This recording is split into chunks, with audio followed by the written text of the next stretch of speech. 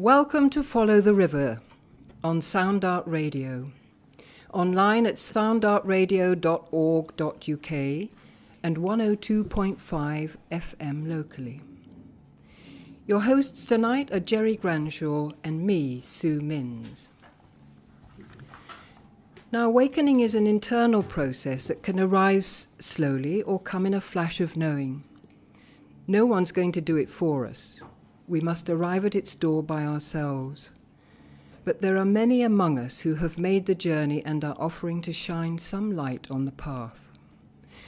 So in our monthly programs, we invite someone to come and talk about their spiritual journey. And the guest who's with us tonight here in the studio is Jens Upton. And for the next hour, we'll be exploring together topics that relate to our true nature. Jens is a light and sound meditation teacher who was in his early 20s when he asked himself these big questions. What more am I, if anything? And is there really an existence before and after life on this planet? Shortly after, Jens found a meditation that started him on a journey of self-discovery that was beyond anything his imagination could conceive. At the time, he was working in temporary office jobs and preparing for university. He began dedicating much of his spare time to meditating with inner light and sound, learning all he could from experienced teachers of this practice. Many of us seek to find our life's purpose. Jens believes he discovered a very significant one. In 2005, after many insights and experiences during meditation, he received a massive change of awareness, referred to by some as enlightenment. Jens believes that this is the age for many people to discover this state of awareness, which is our true human and spiritual nature. He says we all can, potentially, know our vast and undying inner nature by meditating with the light and sound. And now, in his role as a teacher, he's helping others to find the way.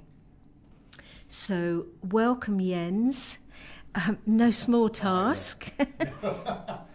So what you do sounds absolutely amazing. We'd love to know more about your personal journey to enlightenment, Jens. So maybe you can tell us how it began? How it began?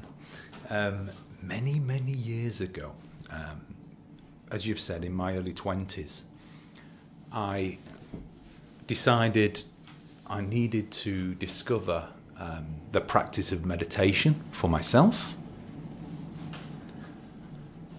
because I wanted to realise what more there is to me, and more clearly what I am and maybe what I am not. I'd already become a little bit, let's say, disillusioned, as we do in our teens and early 20s, about the transitory nature of thoughts and feelings and sensations.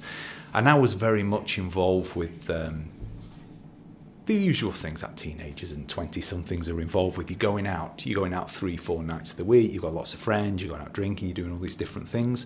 And this was in a time as well where you also had the rave culture was in bloom. So there was lots of different changes. But underpinning all this, there was also this question that kept on arising. It used to be every few years, and sometimes it would be a little bit more frequently, which is there has to be more. There has to be more to life. And there was nothing I should add about my life that I should be dissatisfied about at all. You know, it was absolutely fine, but there was that inner question. In those days, of course, we didn't have the proliferation of information that we have access to with the internet. So it was a case of you went to talks, you spoke with people, you went to bookstores or the library. to find out. I went to a bookstore. I decided I'm going to find out what meditation is. I took a yoga book out which had some instructions on simple breath meditation, and it was very no nonsense. It was a case if you sit down, you focus on your breathing, you sit cross-legged on the floor. So I thought, okay, I'll give that a go. And I probably lasted about a minute. But I persevered slowly. I persevered with this, and it did feel like, it was like real persevering. And then suddenly I managed to get up to 5 minutes in quite a short space of time, which was a massive achievement for me back in those days, I should add. And then I started to notice there was something different inside while I was meditating. So I would have placed my attention more either to the sensation of the breath on the tips of the nostrils, as instructed via the book, or I just place my attention upon my inner awareness. And where my inner awareness at first might be just the identity of, okay, I'm in this body, I feel the limits of the body, and it's a grey wall in front of me as I close my eyes, a grey screen, suddenly things will start to change. There will be more of a spatial awareness on the inside, and sometimes quite dramatically. And all I had done at that point was just sit, concentrate, and be as quiet as I could. And I noticed I was actually becoming quieter during these periods. And I will use the word transforming for some of these short meditates, because I did come out feeling very different. In a very positive way. I was often quite sort of uplifted by this sense of quiet, and sometimes quite refreshed. After this, I decided, okay, I'm going to pursue this further. At the time, I was involved with very much into the physical culture side of things. So I was exercising, I was involved with a couple of martial arts, I was going weight training at the gym, I was involved with all that. One of the guys I used to train with, he said to me, we were chatting one day, and I think I asked him, I said, listen, I overheard you talking about yoga. Do you know any place that just does meditation? I don't want anything else, I just want a meditation teacher. And he said, yeah, funnily enough, I've just seen an advert for a place. He goes, I have no idea what they're about. They're calling themselves light and sound meditation, but I don't know what the light and sound's actually referring to. So I said, is there a number? And he goes, yeah, I've got the number here. He wrote out the number. This was before mobile phones. I trotted off home, gave them a call, and the person I spoke to said, come down, let's have a chat. So I went down to somebody's house, which they also used as their little centre for teaching meditation, in preparation for what turned out to be the receiving of this inner light and sound energy. So I went down there, and this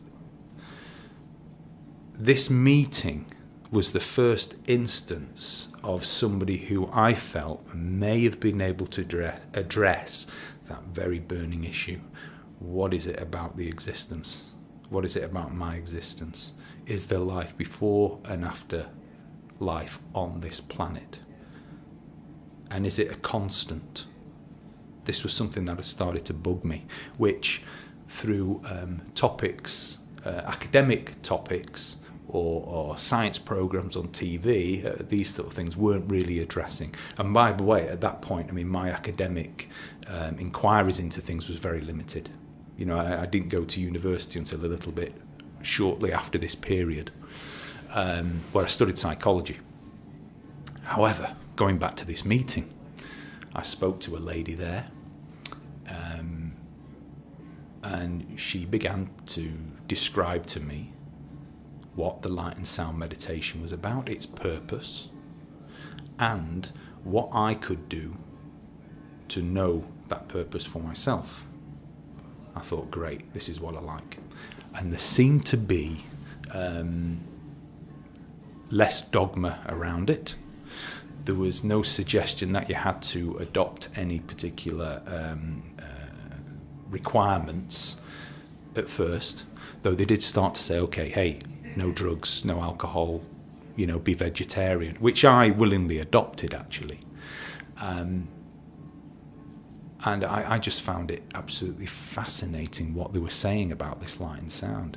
Fascinating, but almost fantastical. It didn't fit into any belief system I had or any literature I'd come across at that time. And yet I had this resounding feeling inside me that I had to pursue it. Even if logically, critically thinking, I could tear what was being said apart, because there was no evidence for it in life at that point. But just that feeling, and I decided at that point, as a 23-year-old, to go for it. I thought I'll just have to find out, and if it's a blag in any way, or if it's a delusion on their part, then I can walk away from it. Could I ask you, Jens, Sure. what was it they were saying that you were having a problem with? It wasn't so, but I suppose it was a bit of a problem. It was almost like a rejoicing. Yes, this could be it, but also the counter argument was, how can it be? How can it be that simple? How can it be that simple? What they were saying was, they would give access to an inner energy you could meditate with. This would act almost as a guide for you to discover changes of awareness inside that will reveal to you more of what you are, until ultimately you can come to a point where you realize an awareness as just one thing everywhere. And it was almost that simple, and said that simply. My recollection might be a bit hazy. Obviously, it was like 24 years ago.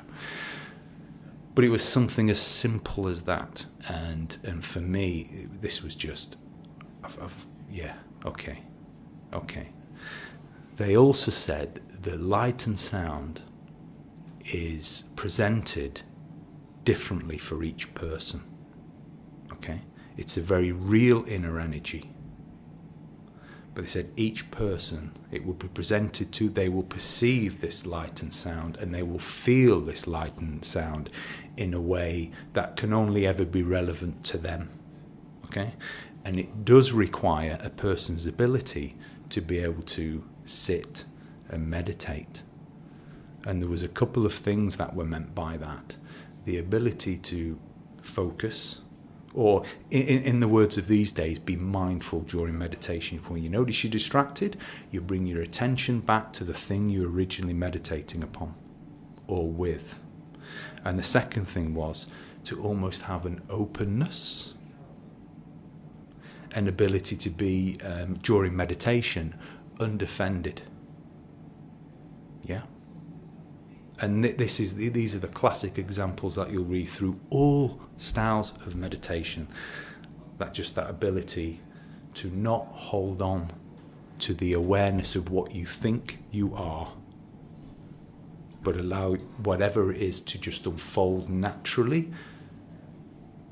So what is presented to you more and more will be what is naturally part of you, what has always been there, but was often hidden by the movements of thinking and feeling and activities of various sorts. And it's a very, very profound thing. I didn't realise how profound and moving it was until I actually received access to the energy myself. And I can honestly say straight away, I saw light in a way I'd not seen it before. I heard and felt sound in a way I'd never heard it before, on the inside, during meditation. And also it was just like something clicked into place. And I use that metaphor very specifically because it literally was a case of something just went, this was absolutely the right thing to do. Well done. So it was slightly congratulatory, it was like, oh, thank you. And from that point on, it was a real, from a personality point of view, it was quite a process of discovery, because I was only in my 20s, so I still had lots of ideas and desires and everything else. And because of the sort of person I was, I had to sort of resolve some of those issues. So I was very much, well, now I'm a meditator, I'll be meditating like this, and other things were put over here. And so I had to learn this sort of ability to balance aspects of my life. But this light and sound it's not dependent on thought. It's not dependent on emotion. It's the person who's required to put those in their appropriate place, that when they sit to meditate, they're able to be with this inner energy, and then remarkable things may well happen. Okay? There's no guarantees. Everybody's different. I never found meditation that easy to do, because my struggle was learning to let go of expectation a lot of the time. And sometimes during those early years of meditating, it really was quite a challenge to let go of expectations and discovering the subtleties within, as well as having regular moments of being shown some absolutely wonderful insights and realizations, which themselves were quite transforming. They were so powerful, they were actually transforming of me as an individual, because there was no way I could not look at myself and the world differently as a result. Could I ask you a question about this, Jens? Sure.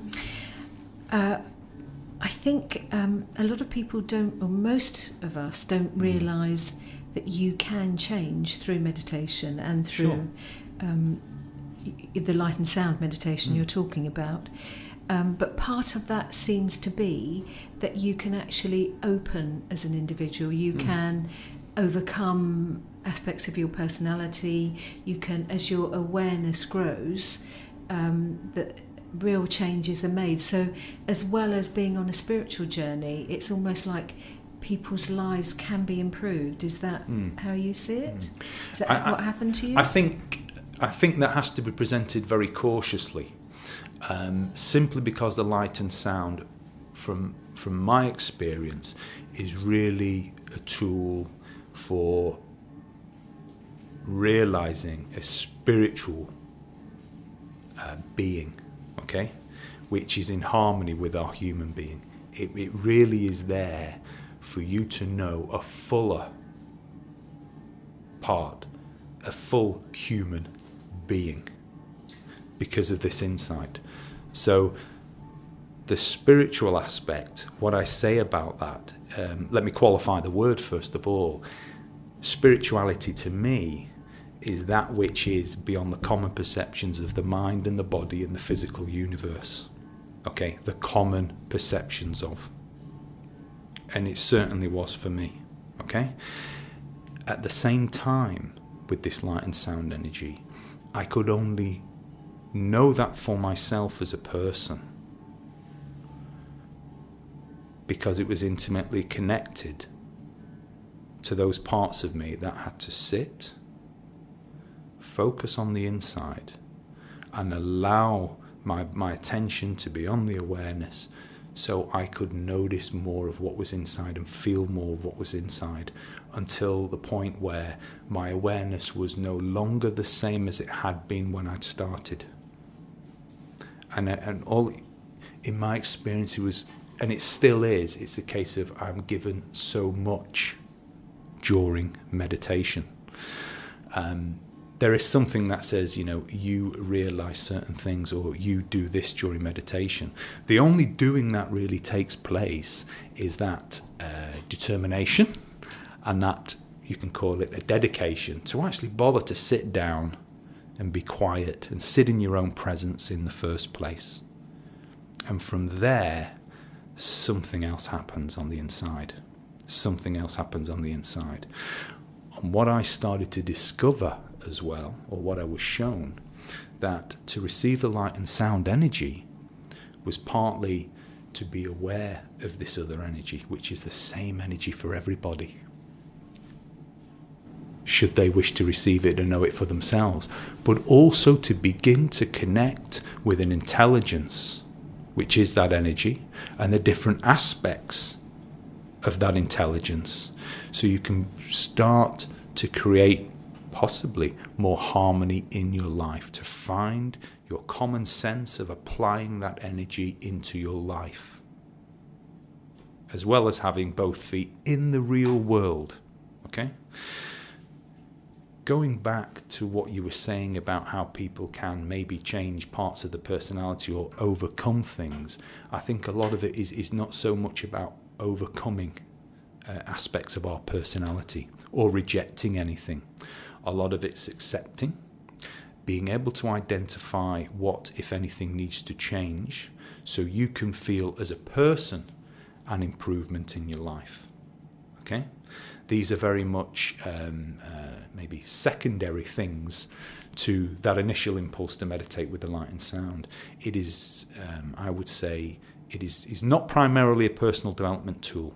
Okay? You have to organise your thoughts and your feelings, your emotions in a particular way to get those things done, to improve aspects of your life. Okay? With this meditation, it is there to reveal to you more fully what you are on the inside. Okay?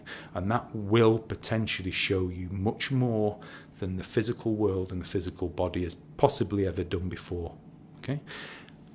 I have to generalise at this point because there's 7 billion people on this planet and I do not know what everybody's experienced, you know.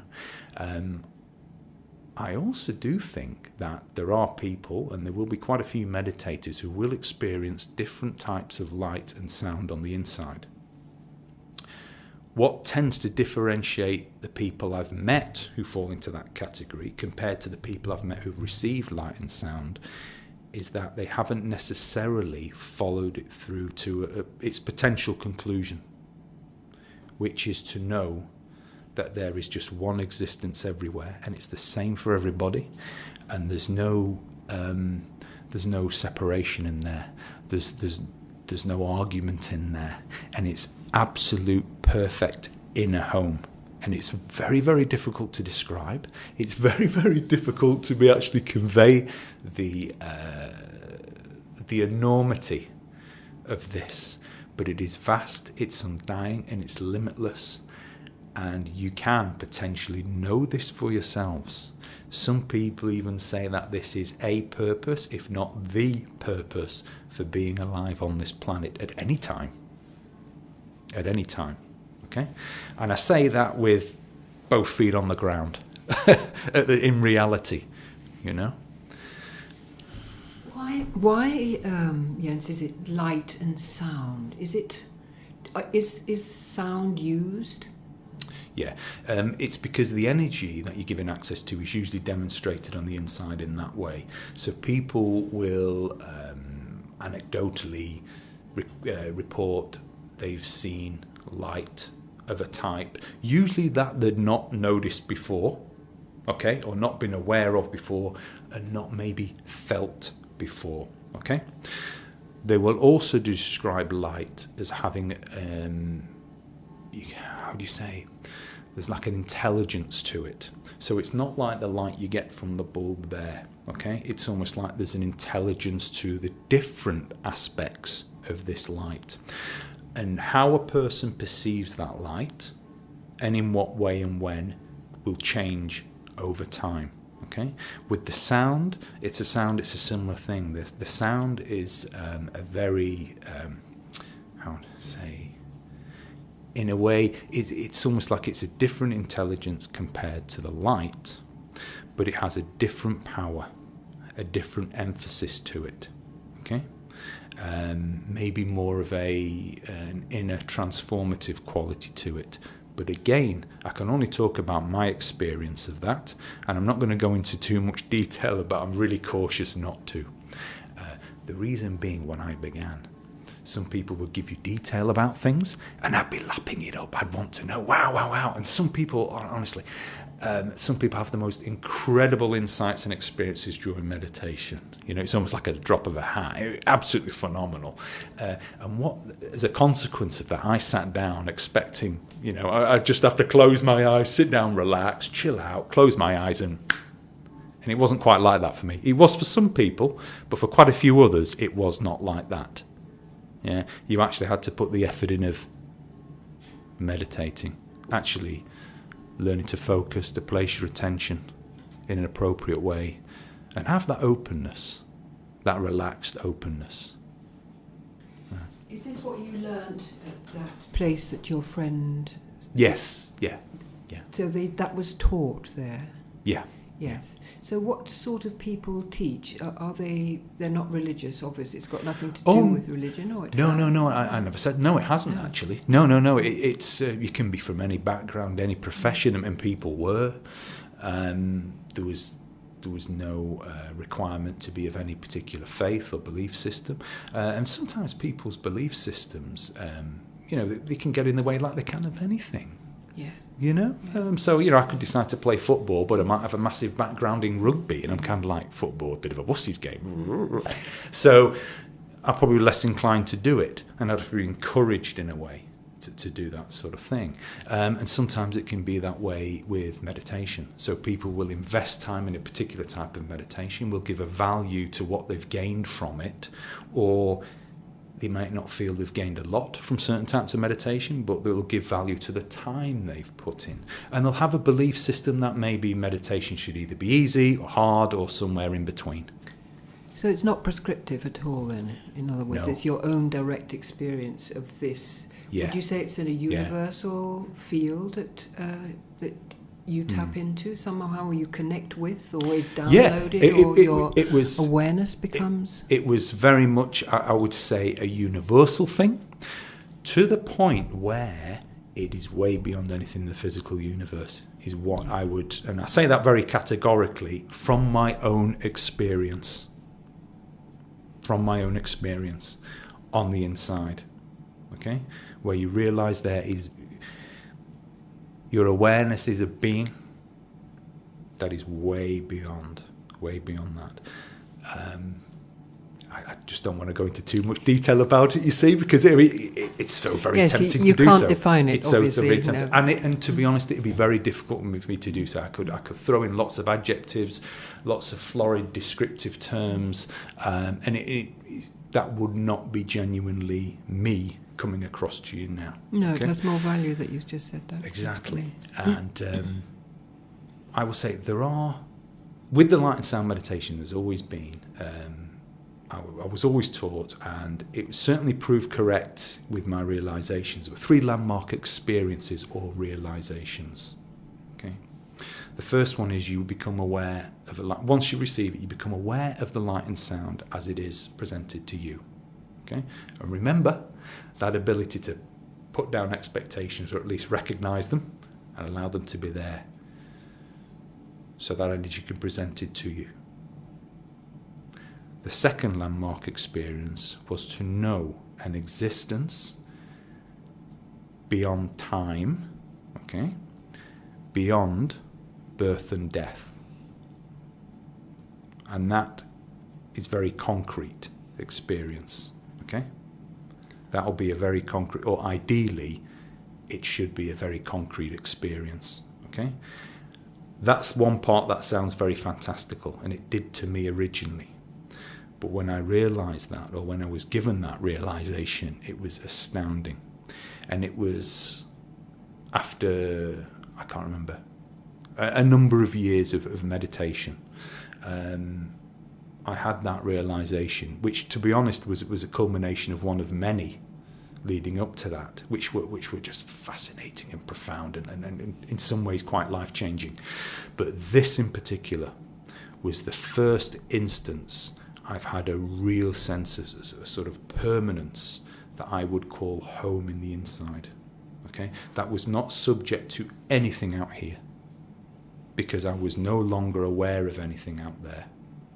And yet I was aware, partly at one point, of still being connected to my body and to my thoughts, but they were no longer just me.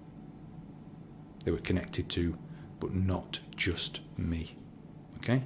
And between that aspect of me as the personality, with all the thoughts and the feelings and all those cool things, and this being on the inside was a fascinating journey in itself, full of wondrous, wondrous things. All I can say is I did not navigate that place between me and that state of being. I was given or shown those things very, very, very clearly. Who showed them to you? No idea. This is all during meditation, by the way. So there was no one who came along and went, "Oh, Jens, here you go. You know, this is what's in the box today. Ha, there you go." It was not like that. So is it something that you would think that people might find scary, or that they'd be out of control? No.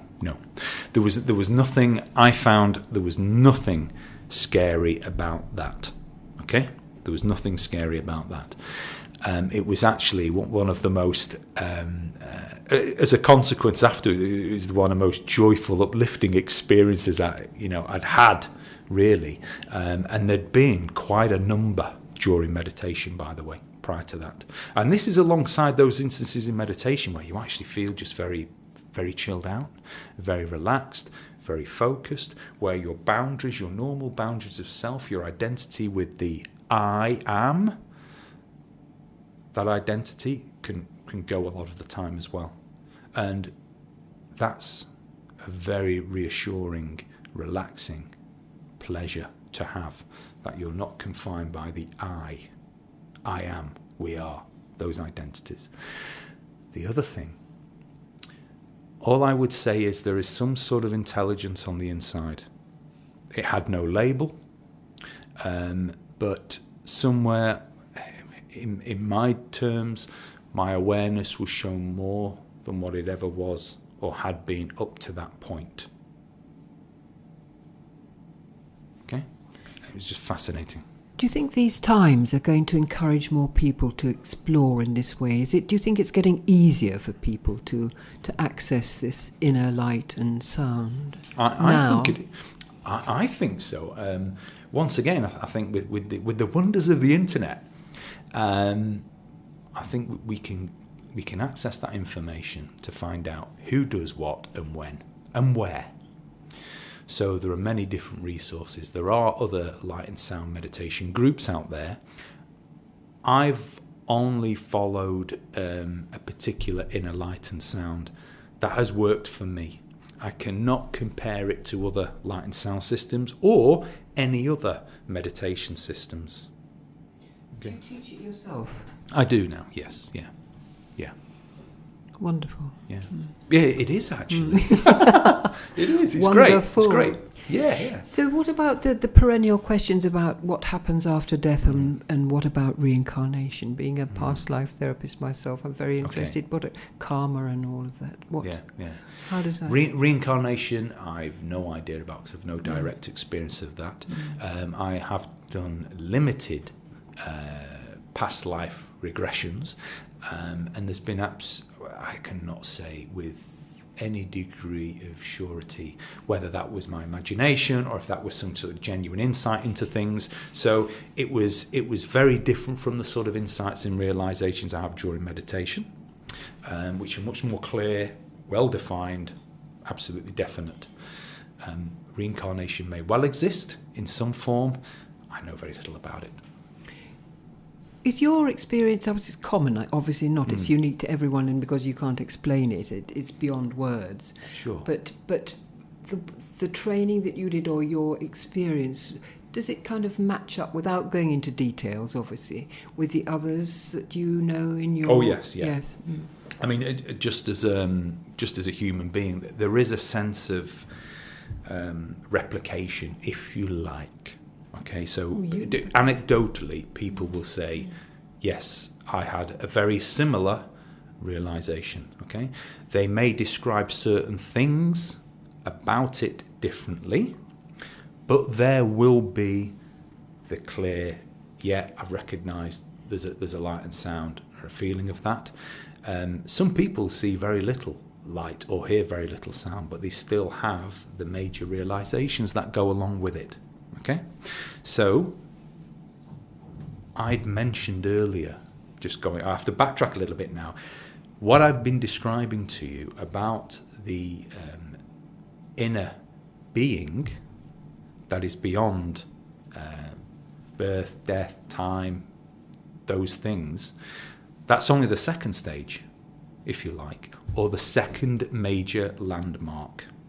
There's a third and what appears to be the final one, where I cautiously use the word an ultimate, you could say, a state of being, because it is just one thing everywhere.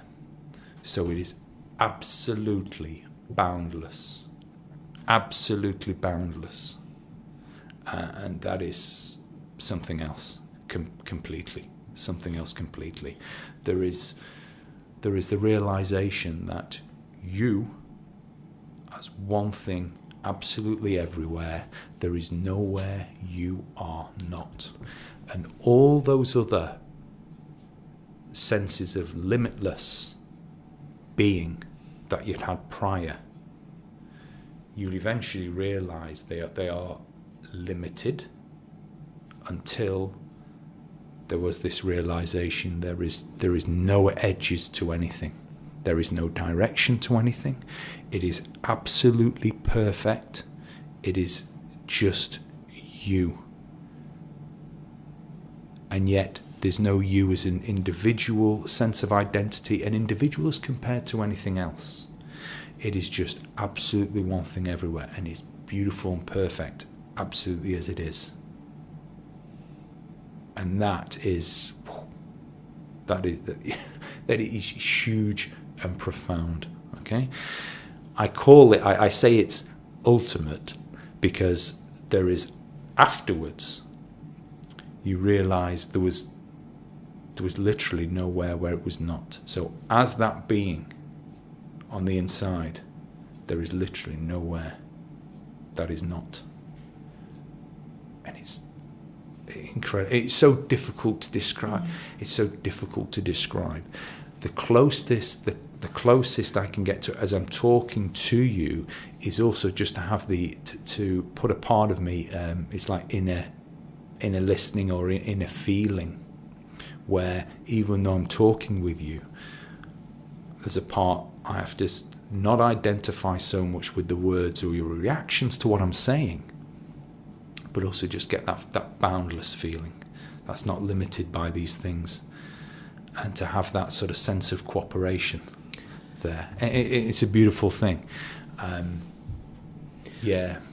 Very fortunate, I feel. Yeah. It sounds quite amazing. Yeah. I mean, I wonder which part of us, if I can use that phrase, decides to have an embodied experience in the density of matter. Why would we leave? Why would our conscious awareness, I run out of words, sorry. Sure. Leave that place where it's like that and come in here where it's such a struggle with the opposites and the polarizations, and now we're in this mess. So Sure. Why? Yeah. You're asking. Tiny little question. A tiny little question. Intellectually, I've never been satisfied with any answers I've got from that. I've never been satisfied intellectually.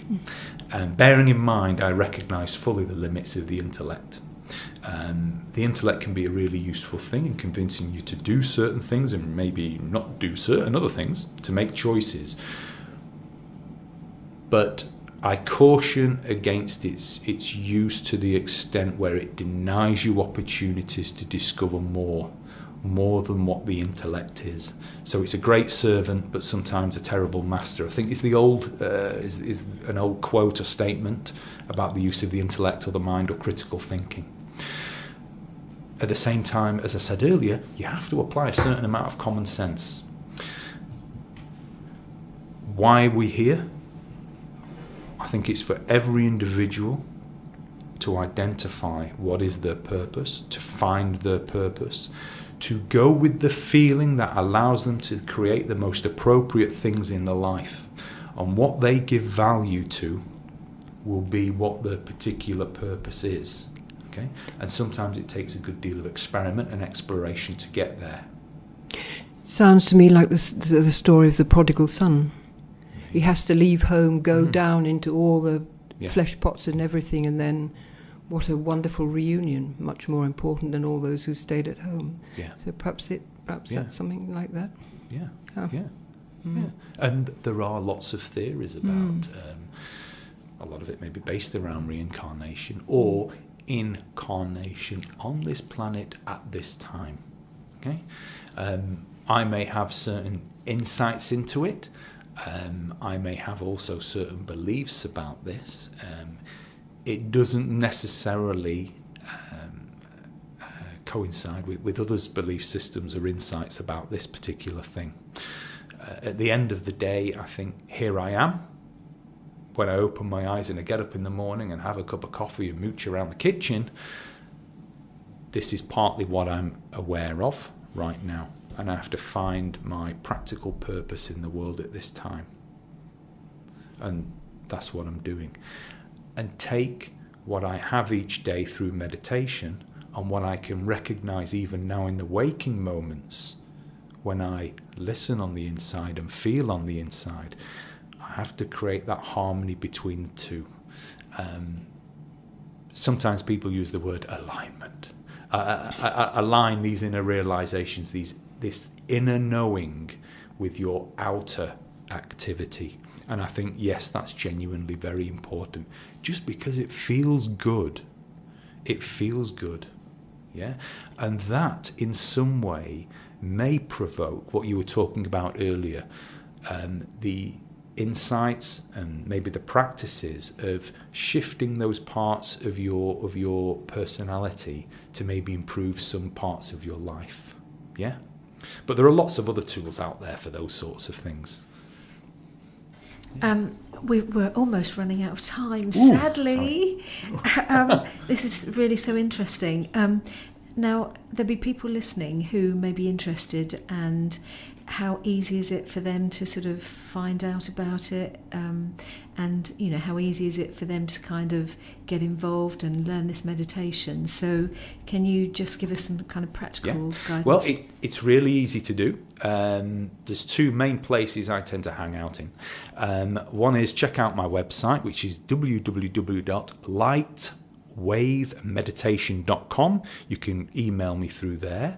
There's also my direct email, which is jens@lightwavemeditation.com. There is another site, and it's an app which is downloadable to iOS, Apple, and Android. It's called the Insight Timer meditation app. The reason I mention this, there are many, many different groups on there. There's big worldwide communities of meditators on there. It's a fantastic resource. I have a light and sound meditation group on there, which I post to quite regularly. That's another way of contacting me. Okay. What I would suggest, though, is for immediacy, go to the website or send me an email, and then we can set up contact. We can be talking via phone, via Skype, via WhatsApp or Telegram, all these different devices, and that'll be fine. If a person's genuinely interested in receiving access to this light and sound, what we would do, by the way, it's all free of charge, I should add as well. We find there's no good reason to charge people for the light and sound meditation.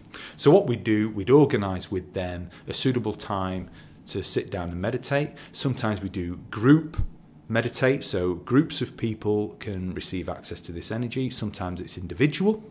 There is also a period of preparation, depending on the person's ability to actually meditate. Yeah, and we also like to find out, what is it really that people want? What have they understood by this? Because I want people to get the most benefit from this. So really, you need to find out, is it something they really want? You know, and if it is, cool, we can go with it.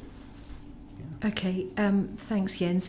Can you just repeat just the website again? Yeah, it's lightwavemeditation.com, all one word, lightwavemeditation.com. Thanks. And what we'll do, we will post to Facebook tomorrow, along with the recording of this show. We'll post how you can get in contact with Jens. So Jens, thanks so much for being our guest tonight, and for being such an interesting person to talk to us. And now over to Sue to finish with a lovely poem. Well, the fascinating thing is I bought this piece of paper and it's got the poem that I thought I wanted to read at the bottom, but actually all three of these are totally relevant to what you've said. So I'm going to choose one of them, and of course it's by Rumi, Jalaluddin Rumi. So let me read this to you. Hear from the heart wordless mysteries. Understand what cannot be understood. In man's stone dark heart there burns a fire that burns all veils to their root and foundation. When the veils are burned away, the heart will understand completely. Ancient love will unfold ever fresh forms in the heart of the spirit, in the core of the heart.